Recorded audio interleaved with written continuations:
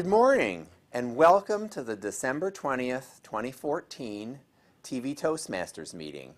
I'm Steve Ahrenholz, the president of TV Toastmasters, and I'm glad that you're joining us today. We have a great meeting in store. We have 3 speakers that will present prepared speeches. We have our impromptu speaking. We will have an evaluation portion of our meeting. And I think overall we will have a great meeting, and I hope you enjoy it. I'd like to introduce our Toastmaster for today. She's one of our charter members. She's a distinguished Toastmaster. I think you'll find her very entertaining as Toastmaster. She will keep our meeting running on time. Help me welcome today's Toastmaster for our meeting, Carol Kormelink. Carol. Thank you, Mr. President. Welcome all of our members here, our guests that are at home watching us. And if you say, oh, I've heard them before, I don't need to listen to them. Well, you may have heard us before, but if you listen today, you might hear something new. And if you've already heard it before and you want to tune out, have you implemented what you heard? And have you mastered it? So don't tune out because you may have heard TV Toastmasters once in the past. My job, as Steve said, is to keep the meeting running on time, and we will have a great meeting today. It's exciting. A lot of our members are involved in Away for Christmas, but with our skeleton crew, we're going to have a great meeting today because we're good. And our first order of the day, the impromptu session, we have a word of the day, and I'd like to welcome B.J. Harris, who will give us our word of the day. Thank you, Carol. Hello, Toastmasters, and those of you at home. My job today as grammarian and awe counter is to provide you with the word of the day, as well as check on any speech items where you could take improvement, such as speaking with ums and ahs. So our word of the day is resolution. In keeping with theme of the day, resolution is a noun, and you can use any form of the word resolution to resolve. I will be counting that. Resolution means the act of determining the answer, such as the resolution of a problem. It also means the process or capability of distinguishing as the parts of an object or measuring the sharpness of an image, such as a printer with a resolution of 1200 dots per inch. And it also means a formal statement of feelings, wishes, or decisions, such as New Year's resolutions. So I'll be watching for the use of that word.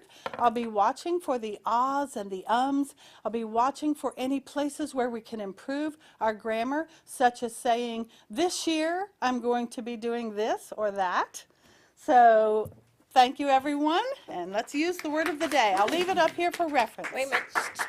Thank you, Carol. Thank you very much for that great word of the day resolution. Our next part of the meeting is the fun part of the meeting, where we are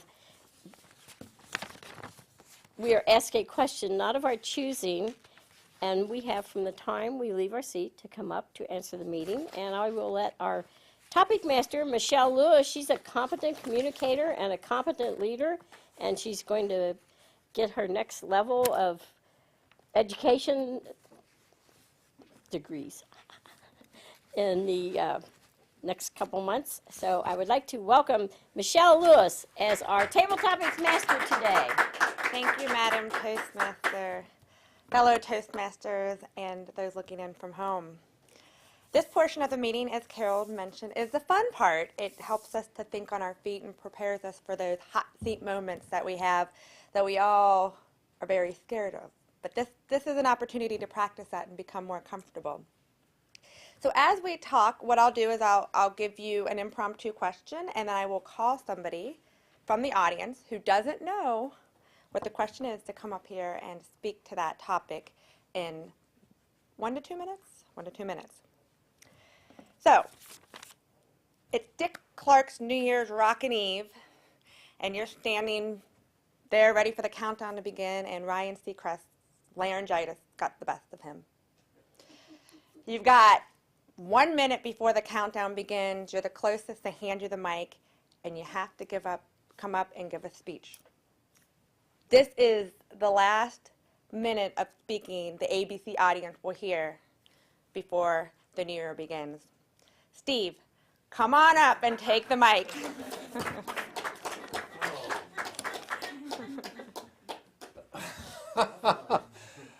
Thank you, Madam Tabletopics Master, I think. Wow. Gee, with all those people looking in, hopefully they're going to focus on the ball that's getting ready to drop and the weather that's going on in Times Square. We always do watch it. What would I say? I think that it would probably be something along the lines of, everybody get ready for the last minutes of 2014. We're going to start a new year. It's going to be successful. We're going to be positive. We're going to deal with some of these issues that we've been struggling with. We will have success with it. And we wish you all the best in 2015. Madam Tabletopics Master? Thank you. Very good answer. That was a tough one, but I thought it was a fun one. As we all talk about New Year's resolutions, and resolutions is our word of the meeting, you know I'm going to ask you a question about what are your New Year's resolutions and how are you going to stick to achieving those New Year's resolutions. BJ, will you come up here and share your New Year's resolutions with us?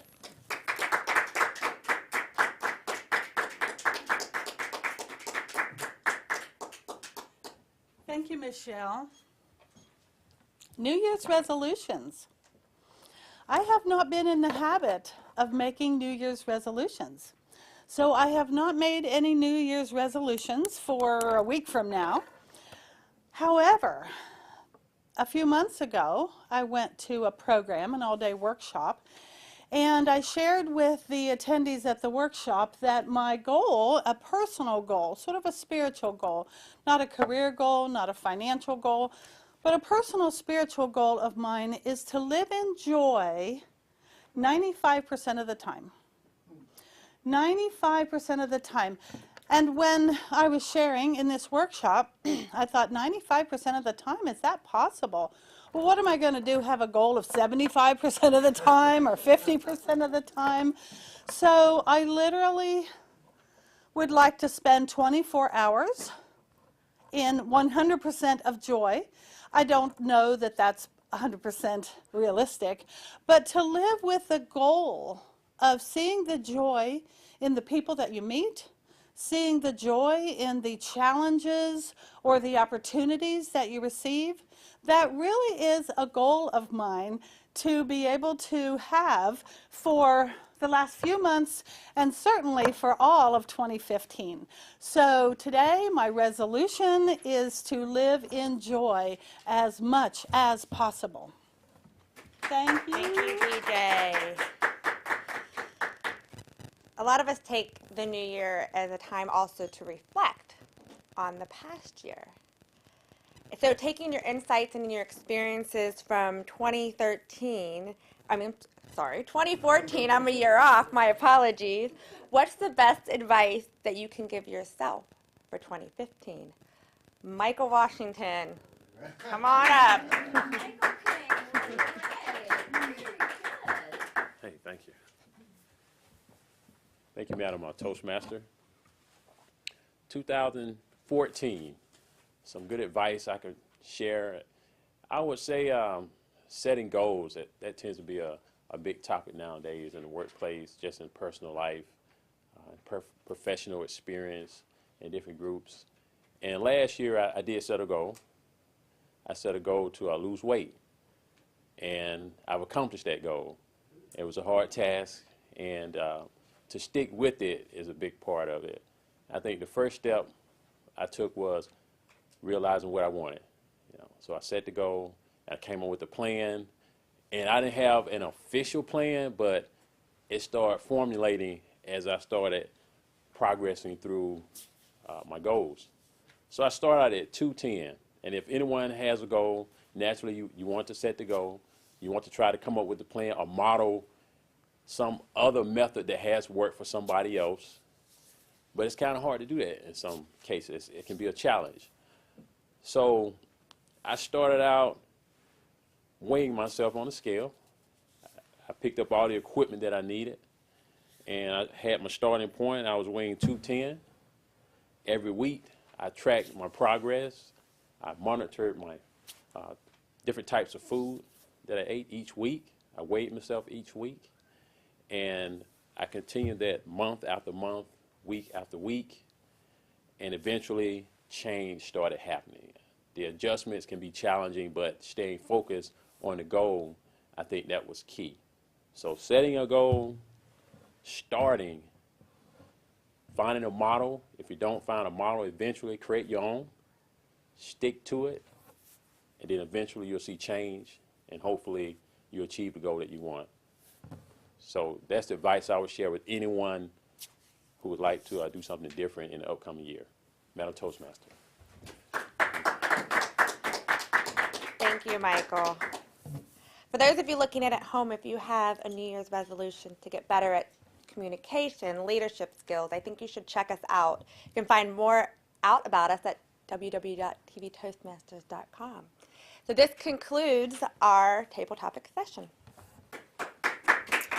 Thank you for those wonderful questions, and keeping with our theme of the meeting, the positive change I will make in 2015. Name an effective political leader in history who couldn't speak well. I would say five in the word There aren't any. Because when it comes to a disease Freedom like requires breast leadership, cancer, there are and no leadership requires parties. oratory. You have to speak to be heard. I have a dream. It's all about personal growth and guts. Never give in. Never, never, never.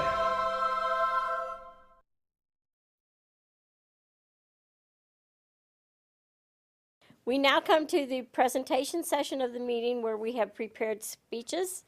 And our first speaker today will be speaking from the Better Speaker series with the first project is How to Begin Your Speech. And he has 10 to 15 minutes to do this in. And he is an advanced communicator bronze and advanced leader silver. So he knows what he's talking about. And the title of his speech is Best Cure for PPP. I already want to hear his speech because I don't know what PPP, I think I know, but we'll hear Rick Barron, Best Cure for PPP. Thank you, Carol. I've got the best resolution for PPP, poor performance on the platform. If you want to guarantee your success, you need to open your speech with a vibrant, energetic opening that engages the audience and elicits their curiosity. That's essentially the cure for poor performance on the platform, is to start strong, making sure that you get somebody engaged in your topic. There are a couple criteria for a successful opening. Number one, get their attention. Everybody comes in and sits down. Their heads are going a mile a minute, and you need to focus them on you as the presentation. Get their attention in some way, shape, or form in your opening. Introduce the topic. What are you here to describe, and why is it important to your audience? Make sure that you establish rapport, eye contact, smile while you're up here at the lectern. That helps engage people and make them interested in your presentation. Make sure that your opening is brief, taking no more than 5 to 10% of the allocated time. The focus of the presentation is the presentation, not the opening. I do have 7 techniques that you may want to consider using to open your next speech. The first one, state the importance of your topic. Telling people why your topic is important to them engages them and draws them in. For example, you may have an important point to make, but if you don't start out strong with a good introduction, you may as well stay in your seat. The second technique, make a startling statement, something that compels them to listen further. More Toastmasters speeches are dead on arrival because they fail to start with an energetic opening. The third technique, maybe you'd like to arouse suspense or curiosity. That's what I tried to do with my opening and the topic that I selected for my presentation. The fourth way that you can do this is you can tell a story or an anecdote. This is a common theme or a common way that people open their presentations. And what it does is it gets them involved in your topic. For example, we've always heard, you know, a funny thing happened to me on the way to the lectern today. People are like, what happened? What's he going to say? He engages them and helps focus them on you as the presentation. Number 5, you could always ask a rhetorical question. It gets the audience to not only think about the question, but to think about an answer to that question as well. For example, which of the 7 most popular ways to open a speech is your favorite? You're thinking, do I know the 7? Maybe I don't know the 7. Which way do I typically open my speech? Get somebody to engage in that, right? The 6th, a lot of people begin their speeches with a quote. Very popular way to bring credibility to you and to the material that you're about to share in sharing a quote. Here's a quote from Dale Ludwig and Greg Owen Boger. During the first few minutes of your presentation, your job is to assure the audience that you're not going to waste their time or their attention. One way that you can do this is by using some of the techniques I'm about to share with you today. You can use that quote to bring some credibility to you and the topic that you're going to present. The 7th most popular is to reference the occasion. What it does is it establishes a common bond with the audience.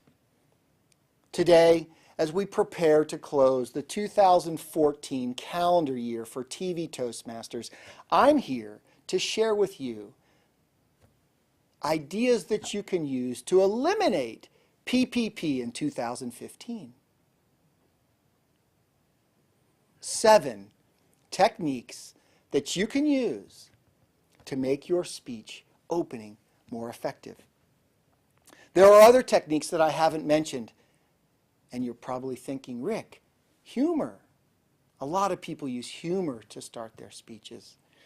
In addition, other people use audience participation. Has anybody ever got up on the speech or got up at the lectern and just blown it? Yeah. Demonstration. We'll see that from Emily in a minute. Or reference a historical event. 25 years today, George H.W. Bush addressed the nation of Panama. Reference a historical event. 3 things to keep in mind. Make sure that your opening is relevant to the topic and the occasion. Memorize the opening so that you can focus on the rapport with the audience. In addition, some people like to write the introduction last. It's a great way to go in and try to summarize at the beginning rather than at the end.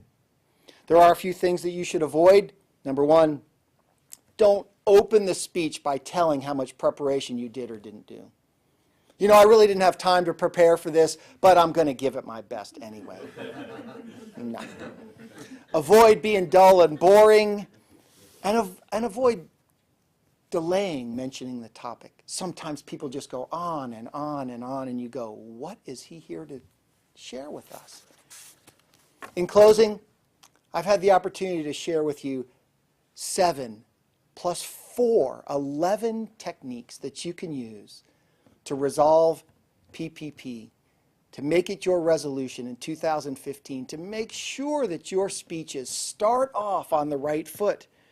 3 openings that you should avoid, 3 suggestions to keep in mind, all so that you can overcome poor performance at the platform. Ms. Toastmaster. I'd like to begin tonight with a little joke. This guy, he's a farmer, and he says, hey, hello, sorry. But seriously, folks. Speaking in public is no joke. Farmer says, doctor says, chicken says... For help, call Toastmasters, the public speaking support group.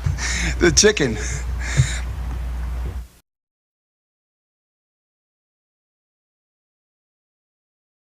Welcome back to TV Toastmasters and our second speaker of the meeting. Emily Garrett is an advanced communicator bronze, working on her she's already going to be an advanced communicators, advanced leader bronze. She's already a CL and has her her advanced leader bronze ready to go.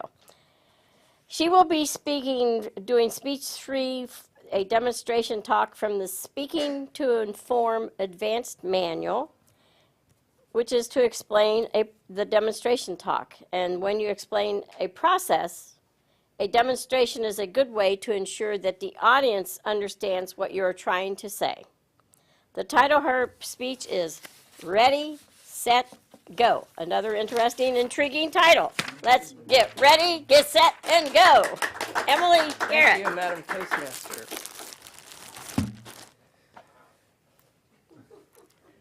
Two of the most well-known and well-attended races in this area are the Thanksgiving Day race and the Flying Pig Marathon.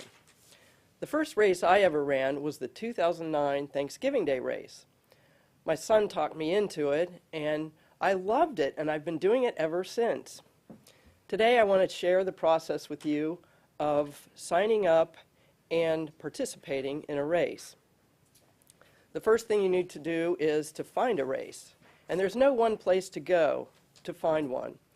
There are several websites for races in this area, such as runningintheusa.com, racedmc.com, cincyhalfmarathon.com, thanksgivingdayrace.com, and flyingpigmarathon.com. You can also find races from flyers from local running stores. The next thing you need to do is sign up. This can help you commit to your training. But give yourself time to train and a reasonable distance. The next thing, you need to train. And you'll need a good pair of running shoes.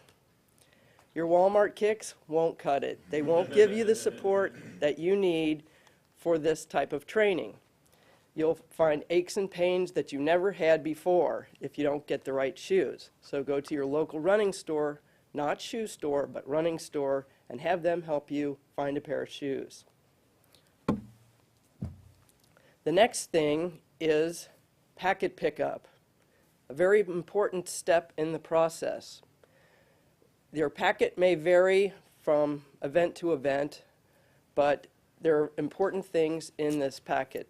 The event website will tell you where and when you can pick up your packet a few days before the race.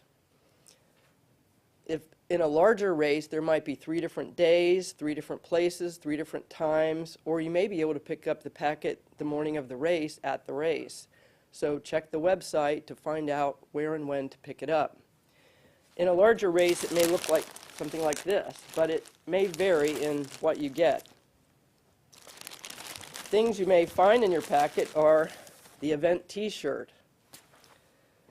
You may find samples of things like wipes or something from Irish Spring, or this one has a hat. But the most important thing in your packet is your timing chip and your bib. Now, the timing chip could also vary. It could be a little thing that looks like a credit card that you attach to your shoe, and you'll have to return that after the race. So if you get the shoe tag, make sure at the end of the race to look for people with 5-gallon buckets and scissors, because they'll cut it off for you to help you return it. The bib can also have the timing chip on it like this one. It's this little foam piece that's attached to it, so I don't have to worry about returning it. The bib also has instructions, looks like a course map, and what's really cool on this one is it has a QR code, and I can scan this with my phone after the race and find out my results without having to turn on my computer. Also pick up safety pins. They're usually on a box on the table when you pick up your packet. The next thing is the day before the race. Drink plenty of water and eat an early dinner, or have a big lunch and a light snack, because you want to digest and don't eat anything you never eat the day before a race.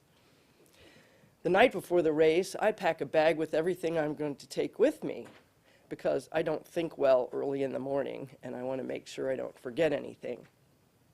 Some of the things in my bag might be a banana, a protein bar, an extra water, some tissues in case the porta potty doesn't have any paper. Also, I might have an armband for my phone. I might take my phone to take pictures or have my music on it. An iPod, and maybe if it's summer, a headband or a visor, or in the winter, gloves and earmuffs. I also have this handy little belt where I can put my driver's license, my AAA card, my health insurance card, and my car key, and hook that on during the race so I can forget about it. The most important thing in my bag is my race bib, and I'll attach that on the front of me somewhere where it's visible during the race. The next thing is the morning of the race. Get up early enough to eat early. Try to find something easily digestible. And get to the race early, especially if you've never been there before. You want to find parking.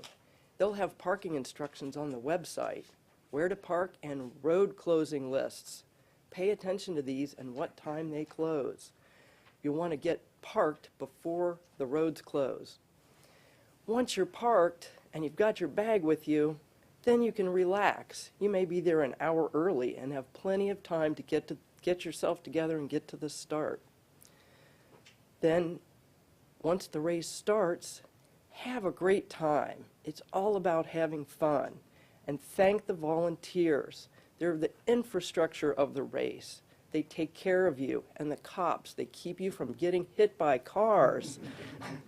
Let them know you appreciate them. And then, when you cross the finish line, turn in your shoe chip if you have one, pat yourself on the back, and go home and sign up for the next one.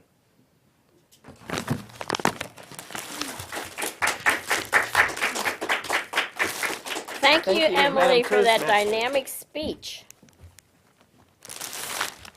My resolution is never to run a race. Thank you very much. And now for our next speaker, Stanley Glitchner.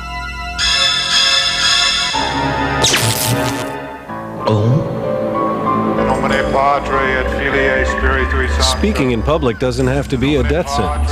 At Toastmasters, we can help you overcome your fears.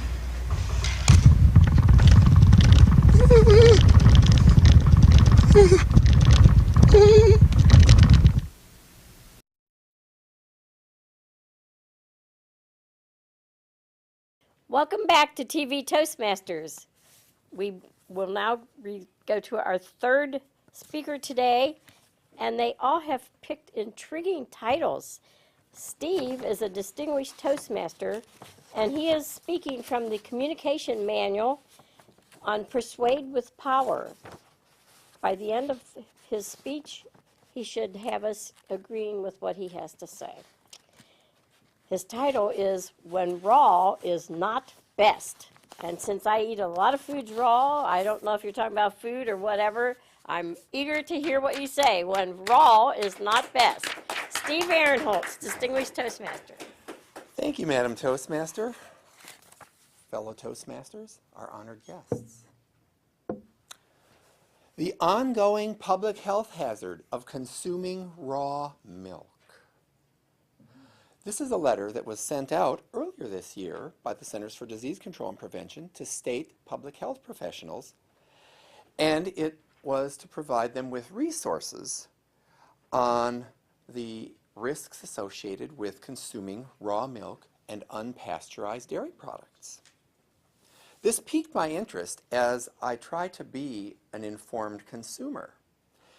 I like to have some background into some of the decisions that I make or the recommendations that are provided to consumers. I thought, I'll have to read this letter and see what they're actually saying, what they're talking about. And then I Googled raw milk because I thought, okay, well, so what is the advantage of raw milk? What are people saying is good about it? Well, there was all kinds of things that popped up. And I thought, I'm not going to wade through all of this. I noticed a couple interesting things. One of the things was that multiple entries were going to the same URL. So I thought, this is the same group that's presenting a variety of things. Now, I didn't look to see just how extensive this is. One of the other things was they were extolling on different attributes of consuming raw milk. And one of the comments was, well, in 1900, few people had heart disease and succumbed to heart attacks. And I thought, well, now remember, in 1900, the average lifespan was around 47 years. A lot of our jobs involved manual labor. And 1900, walking was still a fairly common mode of transportation. So I think that there may be some other things that were going on there. The role of unpasteurized milk and dairy products in the transmission of infectious diseases was recognized over 100 years ago.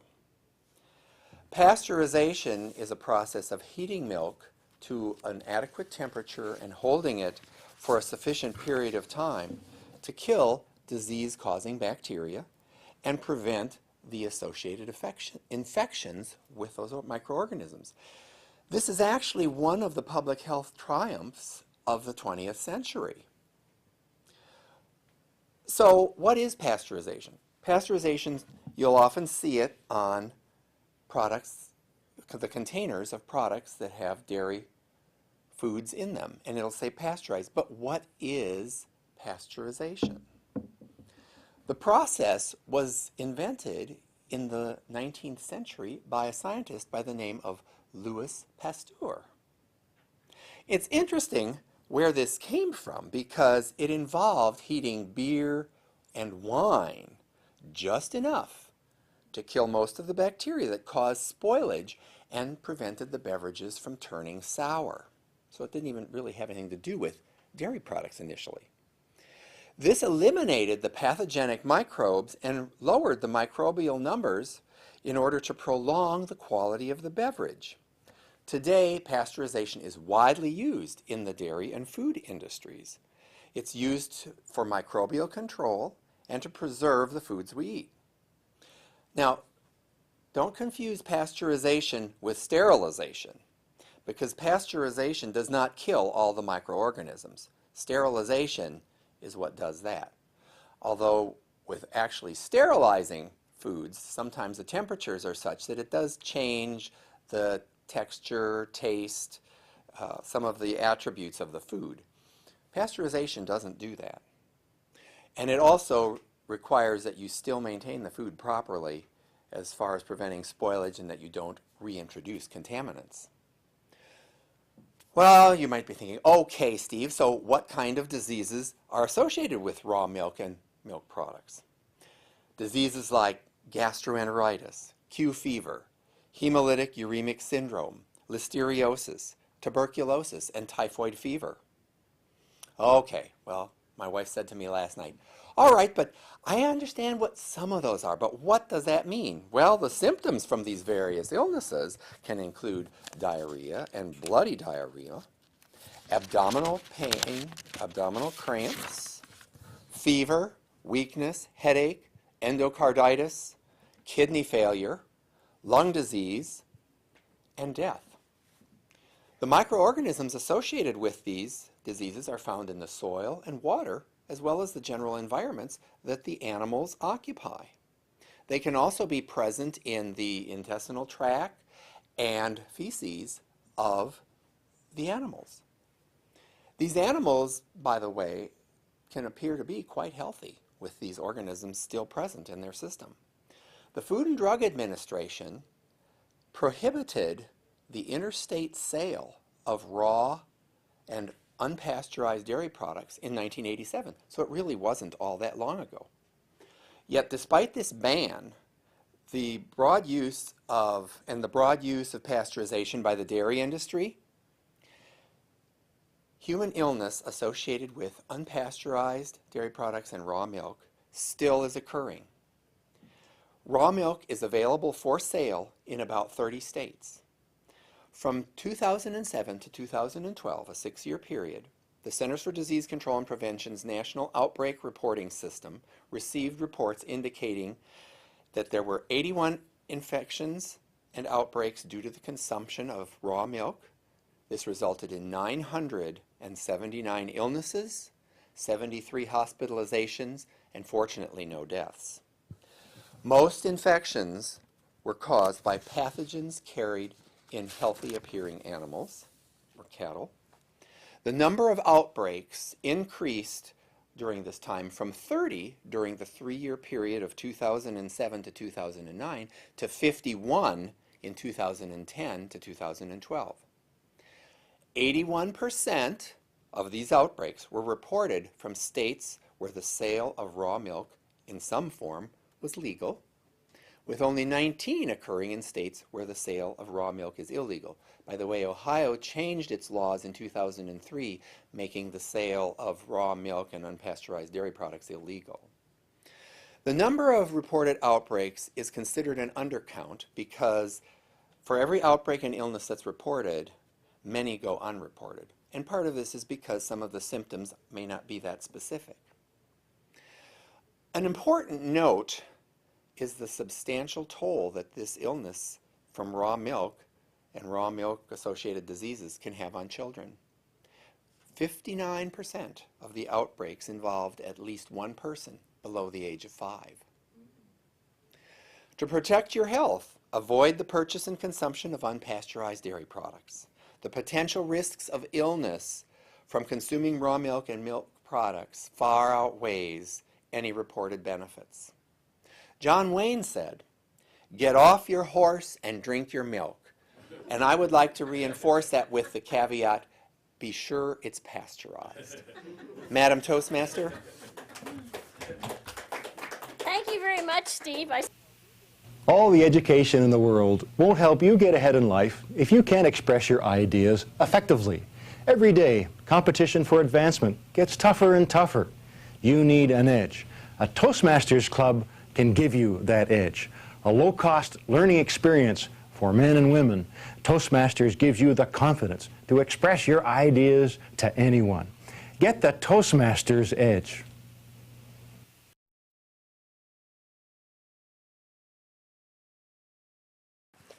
Welcome back, everyone, to TV Toastmasters. We now come to the listening, reporting, and responding part of our meeting, where we will give the evaluation of each speaker's speech. And to start off the day with, I'm the general evaluator today. I'm wearing 2 hats. The evaluator for Rick Barron's speech will be Steve Ahrenholz. And Steve, if you would like to come up and give us the evaluation of Steve's speech. You mean Rick's speech. I mean Rick, Steve. You're Steve. Yeah, I'm not going to evaluate my own speech. We'll hear from Emily about that. Rick, nice job on presenting a Better Speakers Series presentation. These are presentations that Toastmasters has available for the clubs to use. It's actually a prepared presentation on some aspect of speaking. And we learned today about things to do to prevent poor performance on the platform. Or I thought podium is another one, because in Toastmasters we learn a podium is what you stand on, a lectern is what you stand behind, so it could also have been your P for that. Great introduction. The title created some suspense. I thought, PPP, so what could that be? I thought your introduction with the title was really good in getting our attention. You know, we wanted to find out what is this PPP that we're going to hear about. I didn't consider your use of notes inappropriate. As I mentioned, one of the things associated with Better Speaker Series presentations is that they are prepared in advance. The presenter personalizes it. They may use different techniques to get their information across. A lot of these presentations do have a set of visual aids, which we really couldn't use here today, but Rick did a nice job of covering all of them without having to use the slides. So it didn't apply as far as the question about did the speaker display the visuals smoothly and at the appropriate times. Your use of vocal variety and pauses I really appreciate, because I found they happened around about the time that I needed to have a momentary pause to just think about the point that you'd made, and it added some emphasis to the point that you were making as well. What could the speaker have done differently to make the presentation more effective? One of the things that I thought about when I was putting together my evaluation, you presented 7 to-dos and 3 or actually 4 avoids, because you talked about a total of 11. And I'm thinking that maybe a brief pause with a recap after the 7 things that you want to consider doing, and then the 3 or 4 things that you want to avoid as you were going along would have helped, because at the end you recapped everything, but it would have helped reinforce a little bit more with some repetition. What do I like about the presentation? I always like hearing Rick's presentations. I admire your use of pauses and vocal variety. I think you do a really good job with it. It adds interest to the speech. It kept me involved. And I look forward to seeing what you'll do with the next Better Speaker Series presentation. Madam General Evaluator. Thank you for that great evaluation, Steve. Very good. Our next evaluator for Emily will be Michael Washington. Let us welcome Michael Washington, Distinguished Toastmaster. A skinny Michael Washington. Thank you, Madam General Evaluator. Emily Garrett. Emily Garrett, she just did a speech on speaking to inform. It was a demonstration talk. I think you did a fantastic job with the speech. You started out by making sure it was relevant to everybody, and what I mean is you took something personal that you're involved in as far as running, and the way you laid everything out, it can be applied to anything that we want to try new or something we're already interested in. And the impact on me, once again, it was personal. You know, it's something you pursued yourself, and it was definitely relevant to me and anyone else who was thinking about pursuing something, especially running. And the demonstration method that you used, you had a big bag of visual aids. You pulled out your tennis shoes that had the bright colors in it. You took out a bib, and you were very thorough and detailed about each section of the bib. You even flipped it around and talked about some different sections on the bib. So I haven't ran before. I've seen it on TV. But to actually hear from you, and you show us all those items, and you went over talking about the preparation before the run, as far as getting your protein bars, get hydrated, you know, get plenty of rest so you can start and finish the race. So I think it was a great step-by-step flow in how you presented the information. And more importantly, To share what could you have worked on more, I thought it was great. You had excellent humor. You had a good tone throughout the entire speech. It was very engaging. Also, once again, it was a fluid conversational style of talk that you gave. And more importantly, it was very encouraging. And so with that being said, Emily Garrett, I would encourage you to do another speech. Thank you very much. General Evaluator. Thank you, Michael, for that great evaluation, and I'm so glad you made it today. Our next evaluator will be Steve for Emily Garrett's speech. And if Steve would please come up here. Oh, wait a minute. Sorry, you were Rick. Emily is evaluating Steve. I looked at the names in the wrong place. Emily Garrett, Advanced Communicator Bronze, and she will be evaluating Steve's speech.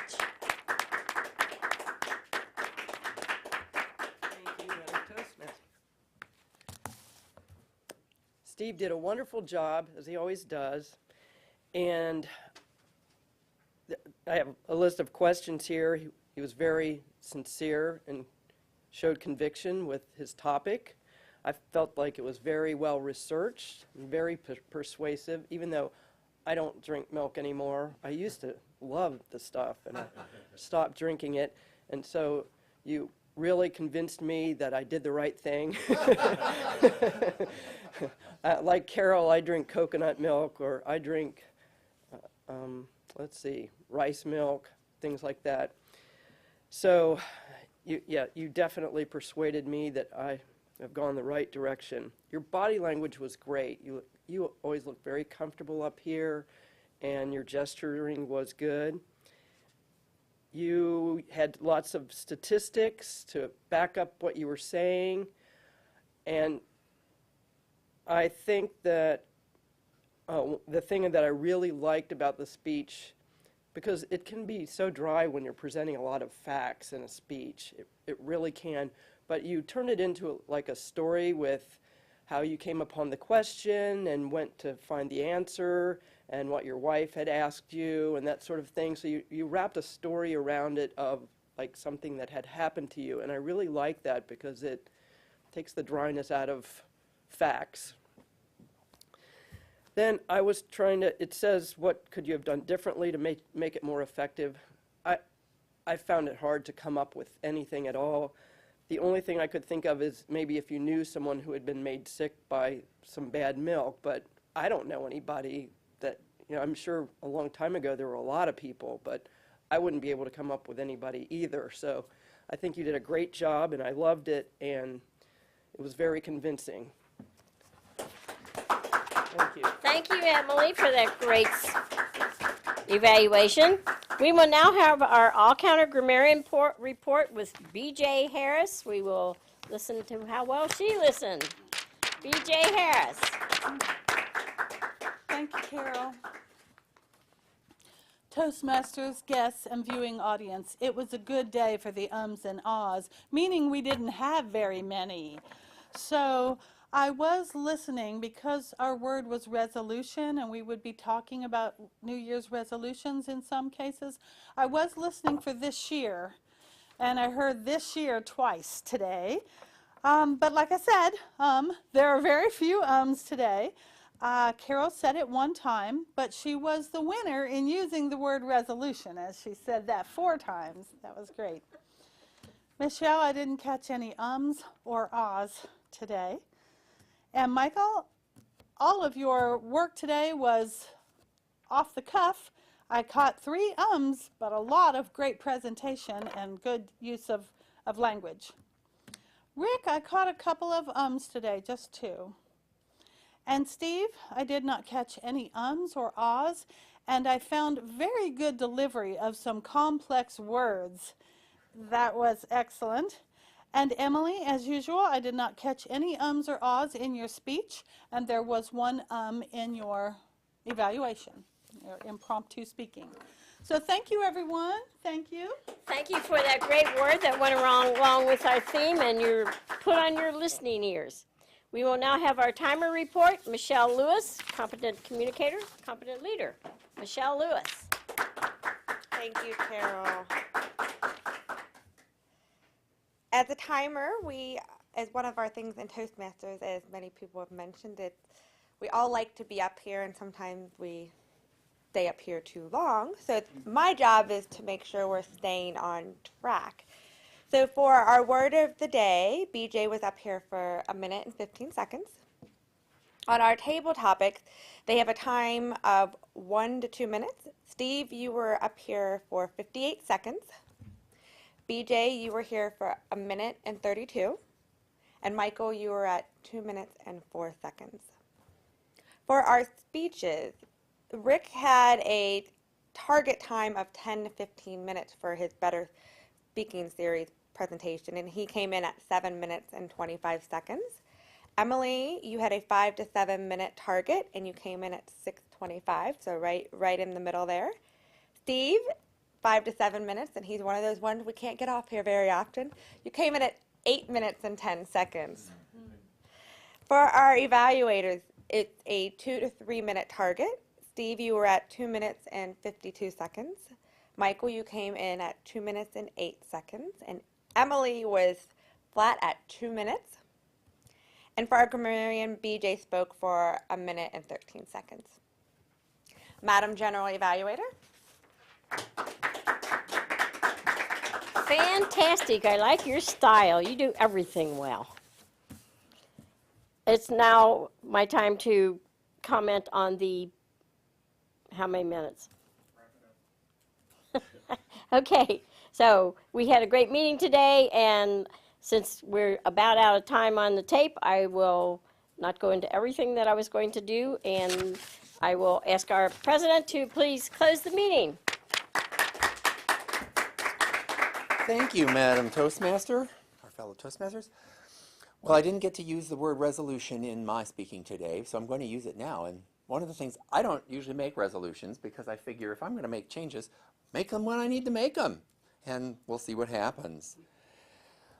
Our next meeting will be actually the second Thursday of January. It'll be January 8th because the club officers decided that people probably wouldn't be too inclined to attend on New Year's Day. And of course the studio is not open then anyway, which presents a very basic logistic problem for us to meet that day. So we will meet at 6 p.m. on Thursday, January 8th, and our next Saturday meeting will be January, is it 17th? Is our next, it's the third Saturday in January, and we will be meeting at 9 a.m. We meet at the Anderson Community Television Studio, located in Anderson Civic Center, 7855 Mile Road. This meeting is just before Christmas, but you will be seeing it in January, so on behalf of all of the members here at TV Toastmasters, we wish you the very best in 2015, a safe and healthy new year, and if you're interested in checking out what Toastmasters is, why don't you come and attend one of our meetings. We'd love to see you here, and you can actually just sit back and watch if you want.